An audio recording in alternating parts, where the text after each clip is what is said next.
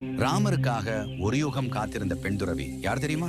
வேடர் இனத்தை சேர்ந்த ஒரு பெண் உணவிற்காக தனது குடும்பத்தினர் வனவிலங்குகளை வேட்டையாடிக் கொள்வது பிடிக்காமல் வீட்டை விட்டு வெளியேறி மதங்க முனிவரின் ஆசிரமத்தில் தஞ்சமடைந்தாள். ஆசிரமத்தில் இருந்த மதங்க முனிவர் ஜீவன் முக்தி அடையும் போது மகாவிஷ்ணு விரைவில் ஸ்ரீராமனாக அவதாரம் செய்ய இருக்கிறார். சீதை தேடிச் செல்லும் வழியில் அவர் இங்கு வருவார். அப்போது நீ அவருக்கு வேண்டிய உதவிகளை செய்து அதன் பின் நீ விண்ணுலகிற்கு வரலாம் என்று கூறினார்.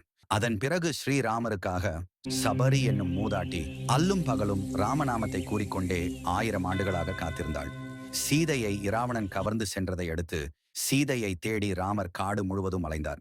அவ்வாறு சீதையை தேடி வரும் வழியில் கவந்தன் என்பவனை ராமர் வதம் செய்தார். அவன்தான் மதங்க முனிவரின் ஆசிரமத்தில் சபரி இருக்கும் தகவலை தெரிவித்து சீதையை தேட உங்களுக்கு துணை தேவை, எனவே அவரை சந்தியுங்கள் என்று கூறினார். அதன் பிறகு ஆசிரமத்திற்கு வருகை புரிந்த ராமர் சபரி அன்னையின் தரிசனம் கிடைத்தாக பணிவுடன் கூறினார். ராமரின் பேச்சை கேட்டு மகிழ்ந்த சபரி கிஷ்கிந்தைக்கு செல்லும் வழியை கூறியதுடன் அங்கிருக்கும் சுக்ரீவனுடன் நட்பு கொள்ளும் வழிமுறைகளையும் கூறினாள்.